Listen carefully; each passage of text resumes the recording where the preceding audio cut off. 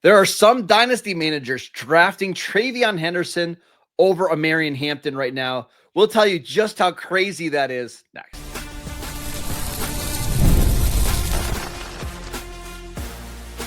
You are Locked On Dynasty Football, part of the Locked On Podcast Network.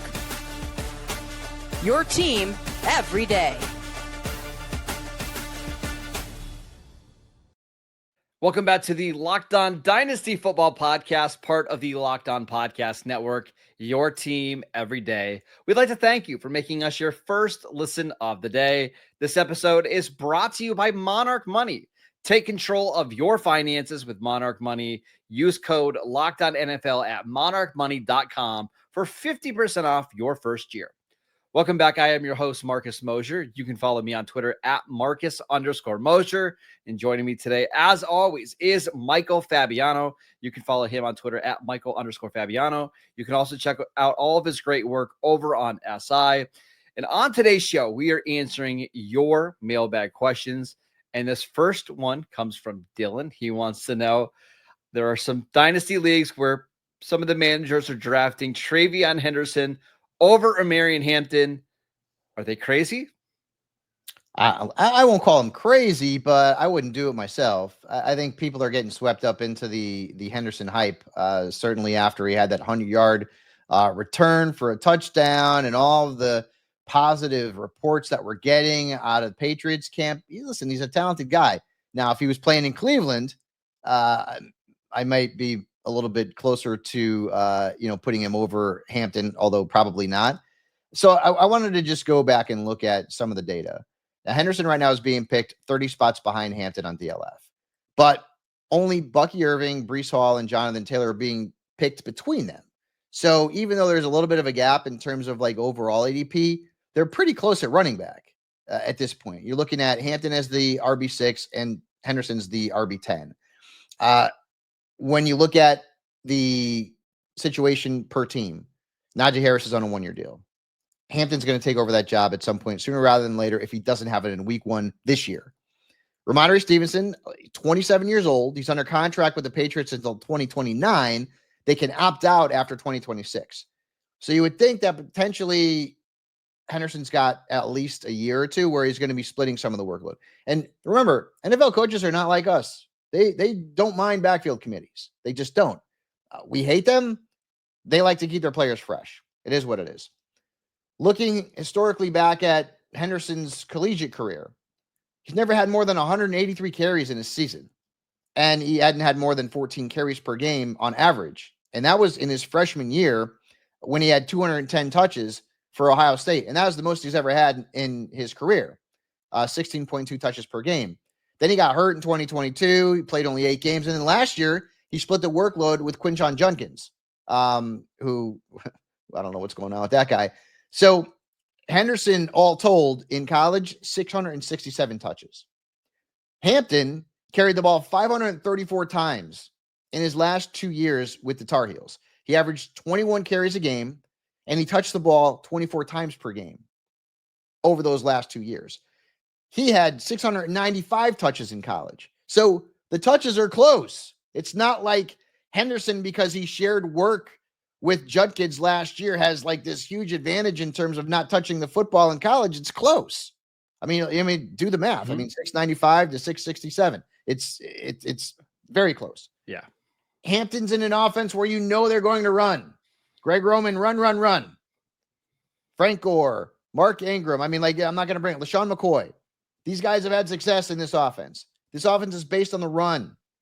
In New England, okay, Josh McDaniels, listen, we know his history as an offensive coordinator and mostly a head coach. I would not be surprised if Henderson was going to be in the committee for this year and potentially next year. And then maybe he gets freed. But even still, this is not a kid who you're going to be able to run the ball with 18 to 20 times per game. You just never done it. In college, you didn't do it. Hampton, oh, hell yes. He'll be able to. He is the workhorse. He'll give you 20 carries a game, 22 carries a game, and he can catch the ball out of the backfield too. So, you know me, I'm a fan of Hampton. I dig him. I think he landed in a great spot outside of Najee Harris being there, but that's only a 1-year thing, and who knows with Najee's eye. I don't know what's going on there. But he practiced, though. I did see he practiced on Wednesday, I believe. So trending in the right direction, at least for he's now. trending in the right direction. Yeah. And we know Roman was like, well, maybe it's going to be a committee. Okay, maybe to begin the season. The cream rises to the top. You remember that old WWE promo? It was WWF back then. Yeah. Randy Macho Man, the cream rises to the top. I don't know how he did that without hurting his voice. And Gene Okerlund was like getting ready to crack up laughing. Anyways, I love wrestling. You guys know that. I would rather have Hampton than Henderson. And anybody who's drafted Henderson over Hampton right now in Dynasty startups or in rookie only is either a Patriots fan or getting sucked into the hype. So I prefer Hampton over Henderson for all the reasons that you just laid out.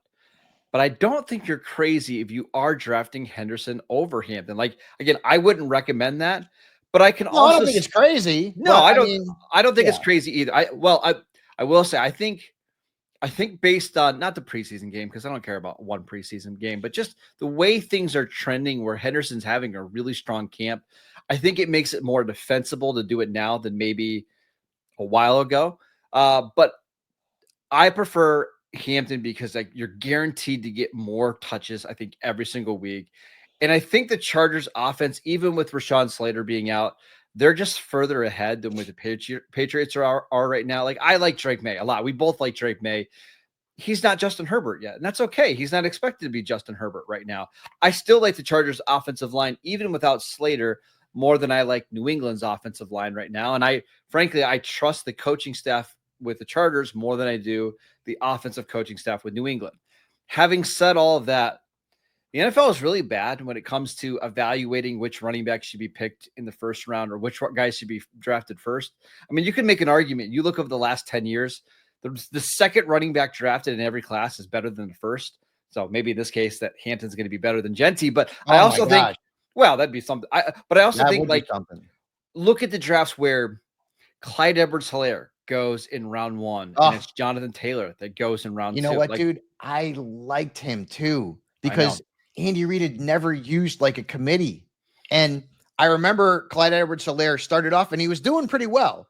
I think he was like the RB11, and then they signed Le'Veon Bell, and I'm like, what the hell are they doing? Yeah. And that was the end of it. So back to the original point. Imagine 2 years ago, coming out of the 2023 draft, if someone would have said, I'm taking Jahmyr Gibbs over Bijan Robinson, we would have just laughed at you, right? And now that's a totally defensible pick. Like, we still have Bijan right now ranked ahead of Gibbs in dynasty leagues, but it's what, half dozen, 60. So what you're saying is that the NFL is unpredictable. Yes. I like Henderson. I like his big playability. If you want to take a swing on Henderson because of the upside and the speed and the passing ability stuff, go right ahead. I don't think anybody's going to critique you that much. Again, I don't think it's crazy. I think crazy is, I'm going to draft, Kyle Monengai over TreVeyon Henderson. That's crazy. This is not crazy. I just personally wouldn't do it. I wouldn't do it either. Now, to me, the crazy would be like, okay, I'm going to take Caleb Johnson over Omarion Hampton because I like that. Like, I wouldn't do that, but I do think TreVeyon Henderson is a very unique talent. I thought he had a good chance to go in the first round anyways, because teams are looking for that Jahmyr Gibbs type of player. So we'll see. I have to imagine as we get closer to week 1, the ADPs between Henderson and Hampton are going to continue to shrink. We'll see. Yep. All right, let's talk about how to value number 1 receivers in bad offenses compared to number 2 receivers in really good offenses. We will get to that next. This episode is brought to you by Monarch Money. Most people can't name all their financial accounts or even what they're worth, whether it's 401ks, properties, or investments. And when you don't have the full picture, you could end up leaving money on the table. That is where Monarch Money comes in. It's an all-in-one personal finance tool that brings your entire financial life together in one clean, easy-to-use interface on your laptop or on your phone. Monarch does the heavy lifting for you. You can link all of your accounts in minutes, see clear data visuals, get smart categorization on your spending, and finally feel in control of your money without ever needing to touch a spreadsheet. We've linked all of our accounts to Monarch, and it's unbelievable how much money we were wasting on some subscriptions that we weren't using, takeout food, coffee runs. Don't let financial opportunities slip through the cracks. Allow Monarch Money to help you out. Use code LOCKEDONNFL at monarchmoney.com in your browser for half off your first year. That is 50% off your first year at monarchmoney.com with code LOCKEDONNFL. Welcome back to the Locked On Dynasty Football Podcast. We'd like to thank you for making us your first listen of the day. This next question comes from Jeremy. He wants to know, how do you guys value really good receivers on bad offenses? We're going to call them number one receivers. Think Garrett Wilson versus number two receivers on great offenses. Let's pick your guy. Let's say George Pickens, right? That's a guy that we think is going to be in a good offense, right? Yep. How do you value those two? And I'm actually asking you this question as well, because there are a lot of times we get into the season. It's like, okay, I'm going to take Chris Olave because he's going to get 1 million targets in this bad offense. And then you are watching these games and it's a struggle for these teams to even get first down. So how do you weigh that? And it's interesting. I did a little bit of research on this because I think people are interested in this kind of thing. And last year, the best wide receiver 2 in terms of his status on his team was T. Higgins, who was the wide receiver 17. I didn't put Garrett Wilson or Devontae Adams in there because Adams didn't play the whole year in New York. Yeah, and Wilson kind of was the de facto number one for him. Right. But then when Adams took over, Adams was kind of the one. Right. So, Jordan Addison was a wide receiver 21 last year. Jamison Williams was in the top 24. Devontae Smith was in the top 30, although he missed a couple of games due to injury. Darnell Mooney was in the top 35 last year at wide receiver. Well, can I pause real quick? Because I wanted to, the original question was, Jeremy believes that Jamison Williams is undervalued and he wants to start really acquiring him. And he was wondering, like, hey, if I give up Garrett Wilson, am I giving up too much because he is a number one receiver on an offense? No, I don't want that. Okay. I'm not doing that. I want the one. I mean, listen, Garrett Wilson last year, the Jets had one of the 10 worst defenses in the league when it came to offensive net yards compiled, right? It was like the Bears were bad, the Patriots, the Giants, Carolina, like Cleveland, the Raiders, the Titans, the Jags, the Jets, Steelers, all not good offensively when you're talking about how many yards those teams compiled. But still, from those teams, you got DJ Moore, you had Malik Neighbors, you had Jacoby Myers, Brian Thomas Jr., Garrett Wilson, and Devontae Adams when they both were with the Jets, but Adams was with the Raiders as well. So just because a number one wide receiver plays on a crappy team, like Giants were garbage last year. They were terrible. And Malik Neighbors was catching passes from, I don't want to say bums, but they weren't good. Right. And he finished, in the top 6. So typically I'm looking for opportunities. I'm looking for targets. Now, listen, when you're going to look at some of the top offenses, right? Like last year was like the Ravens, the Lions, the Bucks, Packers, the Falcons. Not every one of those teams had a great wide receiver from a fantasy standpoint. Most did, though. Zay Flowers was the wide receiver 25. Amon-Ra, Williams were both solid. Mike Evans was solid. Good. Godwin was great before he got hurt. Juwan Jennings was in the top 25. Drake London was great. McLaurin was great. A.J. Brown was hurt. He was 20th, and we know Chase and Higgins were both fantastic, although Higgins, missed time due to injuries. For me, though, ultimately, I'm looking at opportunities, and I'd rather have the guy who I think is going to get more targets than the guy who is maybe going to see fewer targets from a better quarterback. And then the Giants situation last year really proved that. And you may say, well, that was an outlier. Okay, well, what about the Raiders? Jacoby Myers had his best season last year. He was a wide receiver 19, and he played in an offense with Brock Bowers. So the Jets offense was not good last year. Statistically, it wasn't good. They had 2 guys, who finished in the top 12. And Adams was the wide receiver 6 when he went to the Jets. So I'm not sure I buy into that. I want opportunities. Targets means potentially scoring a lot of fantasy points. So I'm going to give you a different situation here that I want your thoughts on. So Jerry Jeudy, wide receiver 40, the clear-cut number one receiver in that offense, right? I look at him and I compare him to some of the other receivers that are like being valued in the same range.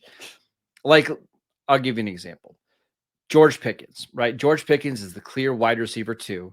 On an offense, it's going to be much better. The age is, Pickens is 24, Jeudy is 26, but there's a 10-spot difference in terms of how they're being ranked among receivers. Is that Is that right to you? Do you think it should be a little bit more balanced? Pickens is a tough one, though. I don't know what his future holds. And, when, if you're talking about, Judy and Jameson Williams, and obviously Jameson Williams as the wide receiver 2 is better because he's younger. Like, we got to get into some of these other categories too. We just can't look at that offense versus good offense. You got to look at target opportunities. You got to look at the age too. Judy's older than Jameson Williams. So I think in that situation, it's a little bit different. When you're talking about George Pickens, I don't know where he's going to be after 2025. I have no idea. Like, I remember you made the joke that, the Titans are going to throw a ton of money at him. Feels very Titans-y, doesn't it? Right after the offseason. And do I really like George Pickens as a one in the Titans office? I don't know. I don't know. But I also know this. The fact that you mentioned Judy is kind of funny because I don't like Jerry Jeudy. Jerry Jeudy has never been an elite wide receiver unless he's played in a game with Jameson Winston. Look at the numbers. Jameis Winston basically opened up Jerry Jeudy to being an elite fantasy wide receiver. Maybe not elite, okay, but he was damn good. Historically, in his career, Jerry Judy's been without Winston throwing him the football. And so, Joe Flacco this year, okay, great, let's hope. But the Browns have a couple of young quarterbacks. They've got Kenny Pickett. What if it's not Flacco for 17 games? My guess is that it won't be. And so Judy's an interesting sort of situation because I don't really like him because all of the data that you've seen and compiled between Cleveland and Denver, he's been a very mid, as the kids say, and sometimes cringy wide receiver in fantasy in every single situation that does not have Jameis Winston throwing him the football. So one more I want to ask you about. Devontae Smith, the clear wide receiver 2 on his own offense. Tetairoa McMillan, the clear wide receiver 1 in Carolina. They're being drafted at exactly the same spot right now. No, I want Tet, man. I want the upside. I want the young guy who's got alpha potential. Devontae Smith is a very good wide receiver. While A.J. Brown is there, he will never be an alpha. I think the thing we're trying to tell you is don't have any hard rules when it comes to valuing wide receiver 1s versus wide receiver 2s. It really depends on the situation because there's also guys that are, I'm going to give you an example. Zay Flowers is in a really, really good offense, and I think he's the clear wide receiver 1 there. But that's just not an offense that's going to throw the ball as much as Cincinnati, right? Cincinnati and Baltimore both have awesome offenses, but the way that they're structured and the way that the targets are condensed in Cincinnati versus Baltimore is totally different. So I know this is a bad answer for you, Jeremy, but it really, really depends on the situation. Yeah, I mean, but I can throw out, okay, well, the Bengals offense is better than the Lightning Bolts. Those would be the Chargers, but I'd rather have Laddie Daddy than T. Higgins. Maybe some people wouldn't. Laddie's, he's the one. I mean, he's not a big one, but he's the one in LA in terms of, wide receivers, and Higgins is the 2. I'd rather have Laddie, but so Marcus is right. It all depends on the situations, path to workload, and age. Okay. We've got one more question, including some super flex strategies for a new player. We'll get to that next. This episode is brought to you by Yahoo Fantasy. It's the best time of the year. NFL kickoff is almost here, and that means fantasy football season is back in full swing. And this year, Yahoo Fantasy is turning things up with a fantasy football experience like never before. This year, Fabs and I are playing on Yahoo Fantasy, and you should too, whether you're a first-timer or a veteran making your millionth league. And to celebrate 28 years of fantasy football greatness, Yahoo Fantasy is dropping 28 big new features over 28 days throughout August. And to kick it off, they've just dropped Yahoo Fantasy Guillotine Leagues, a killer new way to play fantasy football on Yahoo, where the lowest scoring team gets eliminated each week until there's only one team left standing. With the season right around the corner, now is the time to get your league together and try out this new mode. If you're into the classics, you can still do that. You can go play in head-to-head leagues or join a public league. So stay tuned for more killer announcements and start playing Yahoo Fantasy Football now at yahoofantasy.com/LockedOnNFL. Welcome back to the Locked On Dynasty Football Podcast. We'd like to thank you for making us your first listen of the day. NFL fantasy draft season is here. So for your second listen, go listen to the Locked On Fantasy Football Podcast with Vinny Iyer and Michelle Majuk. Listen every day to prep for your fantasy draft and become the most informed manager so you can take home your league's trophy this season. Find Locked On Fantasy Football on YouTube or wherever you listen to your podcasts. All right, Fabs. Last question here. This one comes from Morgan. She wants to know that she's participating in her first ever Superflex Dynasty draft this weekend. What are some tips and tricks that she can use to make sure that she dominates her league? Yeah, I'm not sure if Morgan's ever played in a traditional league. She has. Yep. It's going to be much different. Yeah. Where in a traditional league, it's running backs, wide receivers that are going to go off the board. You can wait on quarterbacks. The first quarterback probably won't go until maybe round 3. That's not the case. And I'm actually going to be doing a one-man Superflex mock over at Sports Illustrated that you can go and check out. Nice plug. The quarterbacks are going to go flying off the board. And you're also going to see younger quarterbacks go flying off the board. You know, like Cam Ward is going to be far more valuable in this sort of format than he would be in a traditional format, dynasty or not. You want to make sure that that quarterback spot, unless you're starting 2 quarterbacks on a weekly basis, you're going to be behind the 8 ball. You really are. Now, there are some scenarios out there where because everyone else is eating up the quarterbacks, maybe there's another really good running back or wide receiver that you can get potentially. But also keep in mind, what position on the offensive side of the football typically is going to last the longest in terms of career? It's not running back. You know, typically it's quarterback. You know, quarterbacks, these guys can play, you know, and effectively into their early and mid 30s. I'm not going to mention Tom Brady because he's a unicorn, but there have been a lot of quarterbacks who have gone and played into their early and mid 30s, and they've been very successful. So there's a lot of value there. I would probably try and get 2 quarterbacks with my first 2 picks. If somebody fell to me that was a non-quarterback in the second round, I would certainly be going after a quarterback in the third round. But just keep those things in mind. Young guys, and especially quarterbacks who can run with the ball, are so valuable. Like, I can't tell you how much I love Drake May this year. I can't tell you. I can't say it. Like, I don't think he's going to be Josh Allen, but he's going to be in that mold. He can be like Josh Allen Jr. type. I love him. Caleb Williams.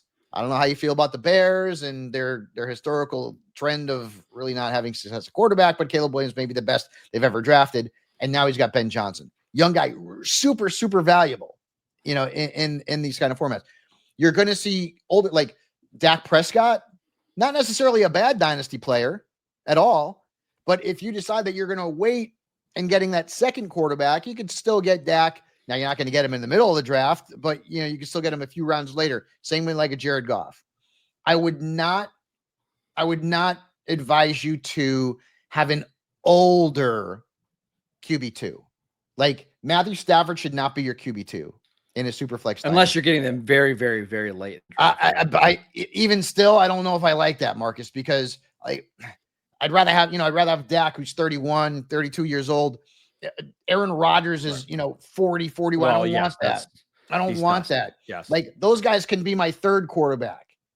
And in some instances, people are going to go quarterback nutty. And then other people are going to be like, well, I am not going to follow the trend. I'm going to go with other offensive skill position players and I'll wait. But then if Stafford, for example, is your quarterback too, he's already dealing with the back situation. How many more years does he have? You're going to find yourself stuck potentially going into next season, unless your team stinks, and then you can get a high draft pick and get a rookie. That's always a scenario too.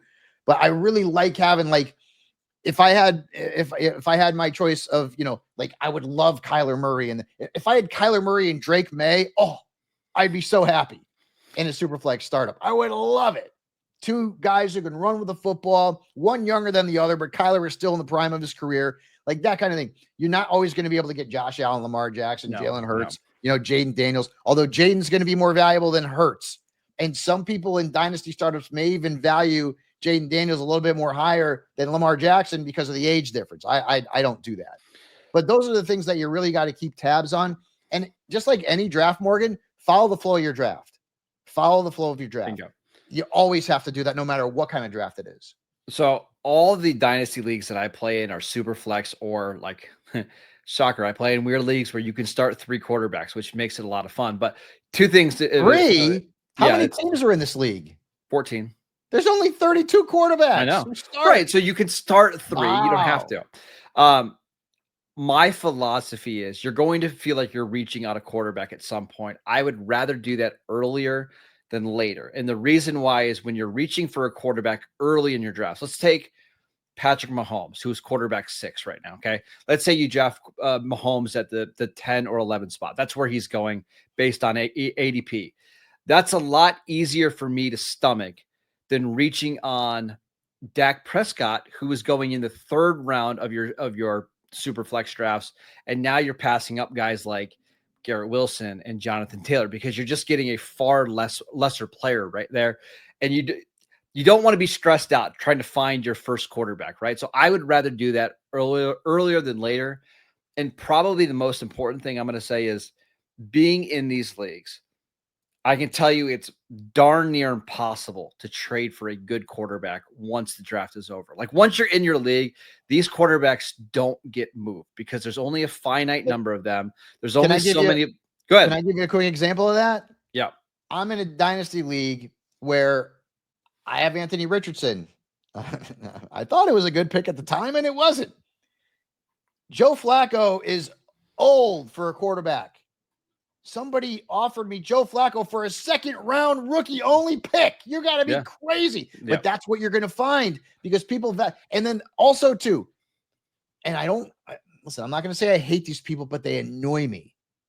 There might be a team in your league that hoards the hell out of quarterbacks. They will 100% there will be. And I hate that. So make sure you're following along too. Like there are really good platforms out there, Yahoo, there's some great platforms out there where like you can see the draft board as you're drafting. Make sure you're making like a concerted effort to see who's drafting who and where. Say that there's 3 teams in front of you. You need a quarterback, and all those teams already have 2 quarterbacks. Maybe you're in good shape. Maybe they only have 1. Maybe you're going to be in trouble.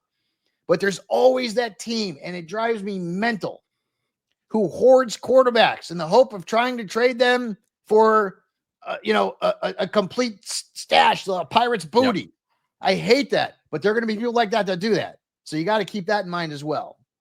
And I would just say if your philosophy is, hey, I'm just going to let the draft fall to me and I'm going to take the best players available. And if you end up thinking, hey, I'm going to trade, I got Drake London in the 3rd round, I'll just flip him for a quarterback after the draft.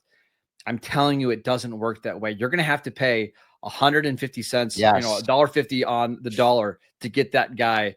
So be mindful of that in your draft. I know Drake London's there in the early 3rd round, and you don't want to take Brock Purdy over him, but you might have to if you want to really compete in these leagues.